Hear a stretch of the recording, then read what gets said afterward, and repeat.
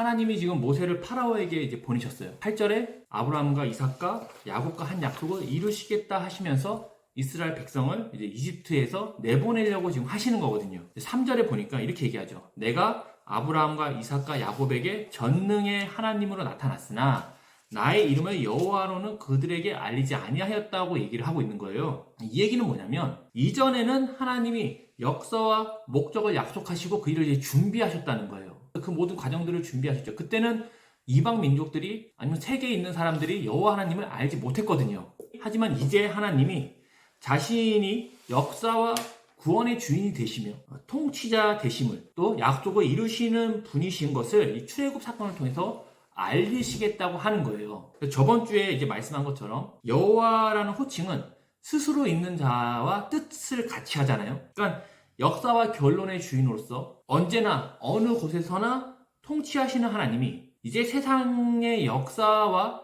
구원의 주인으로서 그 목적을 이루시는 하나님으로서 자신을 온 세상에 알리시겠다라는 겁니다. 자신이 스스로 있는 존재, 여호와인 것을 알리시겠다는 것이 이제 이 출애굽 사건의 핵심이라는 것이죠.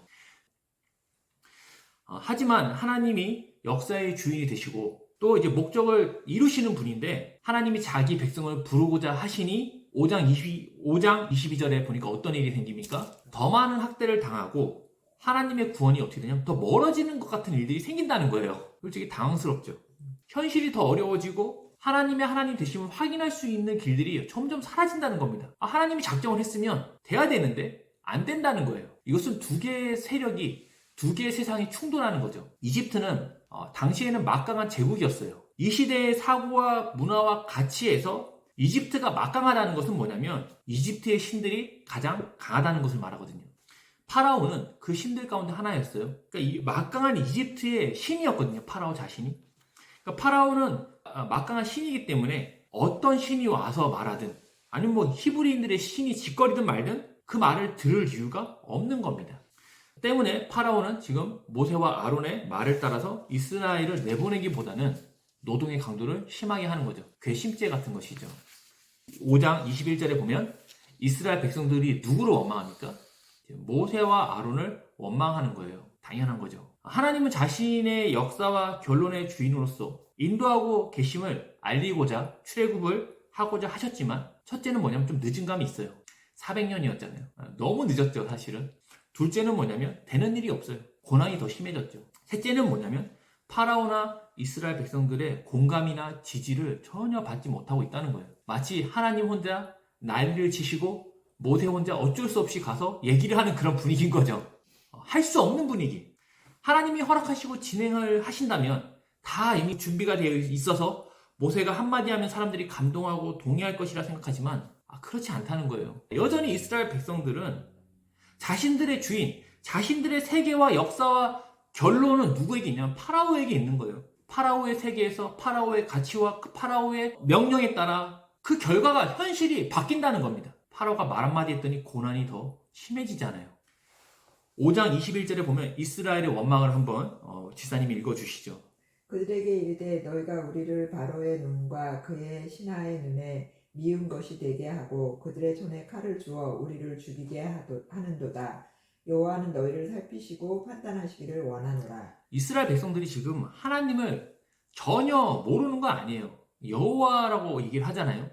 그들의 어떤 민족적이고 정서적인 신이 있는 거예요. 하나님이 벌을 내리시기를 그들이 지금 구하는 거거든요. 자신들을 곤란하게 만든 모세와 아론에게 하나님이 그 벌하시기를 그들이 지금 구하고 있는 거예요. 왜냐하면 하나님은 우리 민족의 편. 그럼 자신의 민족과 나를 힘들게 하는 원수 같은 놈들을 다 죽여야 되거든요. 그러니까 자신들의 원수를 멸하시길, 그 모세와 아론 이 나쁜 놈들을 멸하시기를 그들이 구하고 있는 거예요. 노동의 강도 때문에 분노하고 심판을 부탁하는 이스라엘 백성들이 특이하게도 왜 자신들의 해방을 위해서는 구하지 않았을까요? 그렇지 않나요? 그들이 그렇게 하나님에 대한 신뢰와 믿음이 있으면 차라리 파라오로부터 독립을 시킨다든지 해방을 위해서 구할 수 있을 법하지만 대부분 이스라엘 백성들은 해방을 구하지 않거든요. 왜 그럴까요? 파라오가 현실이기 때문이에요. 절대 권력으로 자신들의 역사와 결론을 결정하는 현실적인 신은 하나님이 아니죠. 파라오입니다. 그들에게 있어서 역사와 결론의 주인은 파라오예요. 하나님이 아닙니다. 때문에 이스라엘 백성들이 두려워했던 것은 파라오죠. 하나님은 경의 대상이 아닌 거예요. 마치 우리가 회사 가면 누가 제일 어렵죠? 사장님이 왜 어렵습니까? 사장님이 인사권이 있어서 그래요. 인사권이라는 현실적인 게 있기 때문에 사장님이 나가라 그러면 나가야 되니까 두려운 거예요. 근데 실제로 이 이스라엘 백성들에게 있어서 하나님은 인사권이 없는 겁니다. 그들의 삶에 관여하는 게 없는 거예요. 파라오의 심기를 건드린 모세와 아론은 나쁜 놈이고 하나님이 이 원수를 벌해주기를 부탁하는 것뿐입니다. 3장에서 보면 하나님의 부름을 모세가 거절하거든요. 3장에서 보면 하나님의 부름을 모세가 여러 번 거절해요. 그리고 오늘 이 본문에 이스라엘 백성들이 모세와 아론을 비방하거든요. 그들의 공통점이 무엇일까요? 파라오를 중심으로 돌아가는 세상의 질서를 벗어나지 못한다는 겁니다. 파라오의 말, 파라오의 방식, 파라오의 생각, 파라오의 결론을 그들이 벗어나지 못하고 그 안에 그들이 속해 있다는 거예요. 하나님을 믿지만 하나님의 역할은 뭐냐면 파라오가 만든 질서에서 우리를 그냥 도와주는 역할을 하는 것뿐입니다. 하나님이 은혜를 베푸셔서 파라오의 눈 밖에 나지 않게 하소서. 하나님이 나를 도와주셔서 파라오에게 인정을 받게 하소서. 이것이 하나님께 기대하고 구하는 것에 달하는 겁니다. 벽돌을 좀 더 근사하게 굽게 하소서. 벽돌이 잘 마르게 하소서. 건물을 잘 짓게 하소서. 왜? 그래야 파라오가 기뻐하니까. 그러니 모세는 하나님의 부르심을 거절했던 거예요. 왜? 대상은 파라오니까요. 이스라엘 백성들은 우리를 파라오의 눈 밖에 나게 만드는 저 모세와 아론들의 형벌을 부탁하는 겁니다. 파라오의 질서에서 높이 올라가 하나님께 영광을 돌리는 것이 그들이 원하는 것입니다. 그들에게 참신은 파라오였고 하나님은 그저 이 파라오의 세계, 파라오의 세상을 유지하고 도우시는 어떤 조력자 같은 분이죠. 그들에게 참신은 파라오인 겁니다. 하나님이 우리를 도우셔서 돈을 잘 벌게 해주시기를 기도하죠. 병들지 않게 해주시기를 기도하고 어려움이 없기를 기도하고 특별히 우리 자녀들이 나보다 더 나은 삶을 살기를 위해서 기도하죠. 왜냐하면 돈은 이 시대에 입증된 현실적인 신이요 파라오와 같은 존재이기 때문이에요. 검증이 된 신이에요. 파라오와 같이 검증이 된 신입니다. 때문에 돈을 벌지 못하거나 손해를 당하거나 아니면 내게 해를 끼치는 어떤 대상이 있다면 하나님도 필요 없습니다. 그런 존재가 있다면 욕하고 분노하고 심하면 살인까지 하는 일들이 벌어지는 것이죠. 마치 현재 이스라엘 백성들이 하는 것 같은 일들이 일어나는 겁니다. 돈 없으면 살 수 없다라는 확신이 우리들은 갖고 있어요. 너무나 이것은 분명한 확신입니다. 믿음을 넘어선 확신이죠. 때문에 하나님이 도우셔서 돈에 접근할 수 있기를 우리는 항상 기도합니다. 이런 얘기들은 돈이 필요 없다는 게 아니에요. 돈 필요하죠. 우리가 하나님을 믿어요. 하나님의 도움을 또 믿죠. 하지만 하나님이 돈이라는 파라오에 가까이 가도록 그런 파라오의 조력자 정도로 믿는 경우가 허다하다는 겁니다. 이거 외에는 우리가 구할 게 없어요. 이런 말은 우리의 구원자는 하나님이 될 수 없다는 것과 동일한 것입니다. 우리의 구원자는 돈이 되는 것이죠. 돈이 나의 생명과 아픔과 어려움과 다툼과 분열과 슬픔들을 해결할 것이다. 그러니 하나님이 내게 돈을 벌게 하여 자식들이 잘되게 도와주시고 나의 갈등과 어려움을 해결해 주소서. 많은 분들이, 많은 성도들이 이런 하나님을 믿으며 세상을 살아가는 겁니다. 그분은 구원자가 아니고 참 하나님도 아니죠. 참 하나님은 자신과 물질이 되는 것이겠죠. 차라리 파라오에게 예배하고 파라오를 믿는 것이 더 심플하고 합리적이지 않을까요? 때문에 이 시대의 사람들이 교회를 가지 않는 겁니다. 교인들의 구함이나 자신들의 구함이나 그 교인들의 소원이나 자신의 소원이나 크게 다르지 않아요. 개인의 구원, 개인의 번영, 건강, 성공, 자녀. 다만 방법만 다른 겁니다. 성도들은 하나님을 통해서 얻겠다고 하는 것이고 세상의 사람들은 개인의 노력과 개인의 성찰을 통해서 얻겠다는 거예요. 사실 신앙보다도 세속적인 방법으로 성공하는 것이 더 빨라요. 확실합니다. 우회적으로 삥 돌아가지고 하나님께 구해서 돈과 건강과 자녀의 성공을 구할 바에 그냥 다이렉트로 돈 벌기에 힘쓰고 건강을 관리받고 유명 학원에 애들을 보내는 것이 더 정직하고 확실하다는 거예요. 그렇기 때문에 세상 사람들이 교회를 안 갑니다. 왜? 우리의 목적은 같으니까. 우리의 신은 같으니까. 다만 방법만 다른 거죠. 공부 못하는 내 아이가 하나님의 도우심으로 명문대에 갈 수 있을까요? 아니면 유명한 코디 선생님을 비싼 돈 들여 붙여줘갖고 스펙을 만들고 수상 경력을 만들어갖고 명문대에 보내는 게 더 확실할까요? 이는 사람들이 생각하는 구원에 대한 오해 때문입니다. 구원은 무엇인가요? 구원은 이 파라오의 질서에서 성공하는 것이라 생각하는 거예요. 실상 아니면 거기서 벗어나는 것. 별일 없이 수월한 삶을 사는 것이라 생각한다는 거죠. 하지만 구원은 분명합니다. 파라오의 백성에서 건짐을 받아 하나님의 백성이 되는 것이 구원이에요. 성경은 그것을 주장창 얘기합니다. 세상 나라에서 하나님 나라로 옮겨지는 것, 하나님 백성이 아닌 자에서 하나님 백성으로 삼아 주시는 것이 구원이란 얘기를 아주 매일 함에도 불구하고 우리 눈에 그게 안 보입니다. 오직 파라오의 세상에서 잘 되는 것이 구원이다. 중요한 것은 본문에서 이스라엘 백성들은 하나님의 주되심을 인정하지 못하는 거예요. 지금 이미 오랜 시간 동안에 파라오가 그들의 하나님이었고 실질적인 현실의 두려움의 대상은 파라오였기 때문에 하나님이라는 실질적 하나님이 나타나서 맨날 떠들어대건 무슨 얘기하던 그분은 뭐다? 그냥 파라오의 조력자 정도밖에 안 되는 겁니다. 그러니까 모세와 아론은 나쁜 놈이죠. 참신을 열받게 했으니까. 그래서 우리가 현실적으로 어려움을 당하게 했으니까요. 하나님은 자기 백성을 건져내기 위해서, 그것이 구원이잖아요. 자기 백성을 건져내기 위해서 이스라엘 백성들에게 뭘 알려줘야 되냐면 파라오가 아닌 하나님이 하나님 되심을 확인시켜 줘야 되는 것이 필수적이었습니다. 이것이 없이는 그들은 절대 하나님의 백성이 될 수가 없는 거예요. 왜? 오랜 시간 동안 파라오가 실질적인 현실의 하나님이었기 때문입니다. 그래서 7장부터 10장까지 뭐가 나타나냐면, 그래서 7장부터 뭐가 나타나냐면 10가지 재앙이 나타나는 거예요. 이것은 신들의 전쟁입니다. 파라오라는 신을 향해서 누가 참 하나님인지 이스라엘에게 그리고 온 세상에 알려주는 전쟁이 바로 10가지 재앙이었어요. 이 출애굽 사건이었다는 겁니다. 6장 6절에서 7절 한번 읽어주세요. 그러므로 이스라엘 자손에게 말하기를 나는 여호와라. 내가 애굽 사람의 무거운 짐 밑에서 너희를 빼내며 그들의 노역에서 너희를 건지며 편팔과 여러 큰 심판들로서 너희를 속량하여 너희를 내 백성으로 삼고 나는 너희의 하나님이 되리니 나는 애굽 사람의 무거운 짐 밑에서 너희를 빼낸 너희의 하나님 여호와인 줄 너희가 알지라. 그죠? 이스라엘 백성들에게 진짜 하나님이 누구냐, 나다라는 걸 알려준다는 거예요. 현실적인 신이 파라오가 아니라 나야 라는 걸 알려준다는 겁니다. 내갖고 말이죠. 7장 4절 5절 한번 읽어주세요. 바로가 너희의 말을 듣지 아니할 터인즉 내가 내 손을 애굽에 뻗쳐 여러 큰 심판을 내리고 내 군대 내 백성 이스라엘 자손을 그 땅에서 인도하여 낼지라. 내가 내 손을 애굽 위에 펴서 이스라엘 자손을 그 땅에서 인도하여 낼 때에야 애굽 사람이 나를 여호와인 줄 알리라 하시매. 이집트 사람들에게도 하나님이 하나님 되시는 걸 알려주시겠다는 거예요. 10가지 재앙은 필수적인 것입니다. 이스라엘 사람들과 이집트 사람들에게, 사실은 이집트를 중심으로 하는 그 온 세상에, 이집트를 중심으로 돌아가는 파라오의 질서를 중심으로 돌아가는 그 온 세계에 누가 하나님이신지 알리기 위해서 이런 일들을 하신다는 겁니다. 그래서 얘기하는 거예요. 내가 전에는 전능의 하나님으로 나타났으나 이제는 여호와로 모든 곳과 모든 장소와 시간의 통치자 되심은 결론과 역사의 주인인 것을 알리시는 사건이 바로 출애굽 사건의 핵심이라는 겁니다.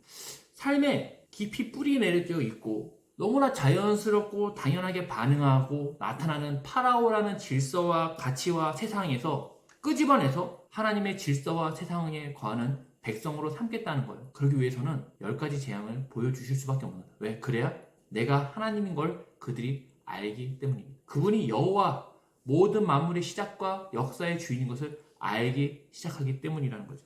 성경은 하나님의 백성이 되어지는 삶의 가치와 목적과 모습들로 다 이루어져 있다는 것이죠. 자, 하나님의 복된 것은 이집트 사람과 이스라엘 백성의 땅을 구별하여 하나님이 복이 대비되는 걸 이제 보여주고 있는 거예요. 이는 이스라엘을 보호하시고 그들을 꺼내는 싸움이 아니라, 우리는 보면 계속 이스라엘을 보호했다 이렇게 생각하는데 그게 아니라 하나님이 지금 모든 존재와 역사의 주인으로서 통치의 결과와 사건을 이제 보여주는 겁니다. 세상의 통치의 결론은 10가지 재앙으로 자연히 파괴되는 것이고 공격하는 것이지만 하나님의 역사의 결론은 뭐다? 하나님 백성이 보별되어 보호를 받는다는 겁니다. 하나님이 목적하신 일을 이루실 것이기 때문에, 하나님은 자신이 계획하신 일을 이루실 것이기 때문에 그 의로움과 거룩함을 이루시면서 그것에 반대되고 방해되는 것을 제거할 수밖에 없는 것은 당연한 것이죠. 그것이 심판처럼 등장한다는 겁니다. 우리 그런 생각 하잖아요. 사랑의 하나님이 말이야, 어떻게 사람들을 심판할 수 있느냐, 사랑과 위배되는 것이 아니냐, 이렇게 얘기하지만 그것은 잘못된 생각입니다. 이런 일이 없다면 사람들은 하나님이 하나님 되신 걸 알지 못하게 되는 거예요. 계속적으로 파라오가 하나님이고 하나님은 조력자라고 생각하는 겁니다. 하나님은 자신이 계획한 것과 목적한 걸 이루실 것인데 그 의로움과 거룩함을 이루시는 과정 가운데 방해가 되는 것들을 제거하시는 건데 그것이 마치 심판처럼 보이는 것이죠. 요약하면은 10가지 재앙을 통해서 하나님은 오염된 세상의 결과를 보여주시고 그 안에서 이스라엘을 구별하여 보호하심을 통해서 자신의 목적과 결과를 이루시는 일에 성실하시고 이에 방해되는 것을 제거하는 분으로 나타난다는 것입니다. 하나님의 사랑과 심판은요, 서로 위배되는 관계가 아니에요. 동일한 성품입니다. 제가 저희 애를 물론 이제 함부로 할 수 없지만 어떤 목적과 방향을 갖고 있잖아요. 부모가 자녀에게. 그 목적과 방향을 제가 만약 이뤄낼 수 있는 힘이 있다면 아이가 그렇게 하진 것을 방해하는 많은 것들을 어떻게 합니까? 제거하겠죠. 아이는 어떻게 느낍니까? 심판이라 느끼는 겁니다. 부모가 분노했다고 느끼고 괴로움을 느끼는 거죠. 하지만 부모는 본인이 목적한 것을 이루어낼 힘과 능력이 있다면 그렇게 할 것이기 때문에 당연히 그걸 제거하는 겁니다. 맨날 친구들 만나서 담배 피고 학교 안 가고 그러면 어떻게 합니까? 그런 것들 제거해야죠. 당연한 겁니다. 그럼으로써 내가 너의 부모 되는 것을 확인시켜줘야 되거든요. 그걸 방치했어요. 뭐 어떻게 되겠지. 그럼 그냥 망가지는 거죠. 하나님의 사랑이 심판을 배제하는 것은 아니다. 여기서 현재 이스라엘이 특별해서 또 하나님께 잘 보여서 뭔가 구별되는 것은 아니라는 겁니다. 하나님의 창조 목적을 가지시고 우리의 하나님이 되시고자 하시기 때문에 하나님이 그의 백성에게 뭐하냐? 은혜를 베푸신다는 거예요. 우리의 노력과 기도에 우선하지 않으시고 하나님의 하나님 되시는 통치와 또 우리와의 그 관계를 근거로 하여 개입하시고 인도하시고 결과가 있을 수밖에 없다는 것이 바로 이 출애굽 사건의 핵심입니다. 이스라엘이기 때문에 따로 구별된 것이 아니다 얘기를 하고 있는 거예요. 하나님의 성품과 계획 가운데 그냥 그들이 있는 것이라는 얘기죠. 로마서 9장 15절에서 18절을 우리 사모님이 한번 읽어주세요. 모세에게 이르시되 내가 긍휼히 여길 자를 긍휼히 여기고 불쌍히 여길 자를 불쌍히 여기리라 하셨으니 그런즉 원하는 자로 말미암음도 아니요 다른 박질하는 자로 말미암음도 아니요 오직 긍휼히 여기시는 하나님으로 말미암음이니라. 성경이 바로에게 이르시되 내가 이 일을 위하여 너를 세웠으니 곧 너로 말미암아 내 능력을 보이고 내 이름이 온 땅에 전파되게 하려 함이라 하셨으니 그런즉 하나님께서 하고자 하시는 자를 긍휼히 여기시고 하고자 하시는 자를 완악하게 하시느니라. 이는 이제 출애굽을 하여 모세가 이스라엘 백성들을 데리고 시내산에 도착한 후에 모세가 시내산에 올라간 다음에 내려오지 않자 불안해진 이스라엘 백성들이 뭐합니까? 금송아지를 만들어 하나님이라고 부르고 예배할 때의 내용을 다루고 있는 거예요. 이스라엘이 이집트 사람들보다 더 나았다거나 뭔가 특별했기 때문에 구별한 것이 아니라는 겁니다. 똑같이 10가지 재앙을 받잖아요. 그럼에도 불구하고 이집트 사람들은 홍해에서 죽은 것이고 이스라엘 백성들은 지금 금송아지를 만들었다는 거예요. 그게 뭐냐? 너희가 같은 놈들이라는 겁니다. 같은 놈들이지만 다만 한 가지 긍휼히 여기시는 하나님 때문에 우리가 지금 여기에 있다는 얘기를 하는 거예요. 근거와 조건을 그들 안에서 찾을 수가 없다는 겁니다. 너희는 잘했고 이집트 사람은 악하다 이런 것이 아니다라는 거죠. 이집트라는 세상의 질서에서 파라오의 세계에서 하나님이 백성을 긍휼히 여기셔서 끄집어내시는 하나님, 긍휼히 여기사 자기 백성을 찾아 인도하시고 결론을 만들어내시는 하나님, 그 과정에 방해가 되는 것을 제거하시는 하나님이신 것을 보여준 것뿐이라는 거예요. 너희가 특별히 잘나서 그런 것이 아니라는 겁니다. 사람들이 항상 생각해요. 왜 이스라엘이 하나님께 사랑을 받았을까? 근거를 연구하고 나도 하나님께 사랑을 받고 복을 얻고자 하는 마음이 있는 것이죠. 이스라엘도 자신들이 아브라함과 이삭과 야곱의 후손이라는 조건으로 구별됨을 당했다고 착각하는 겁니다.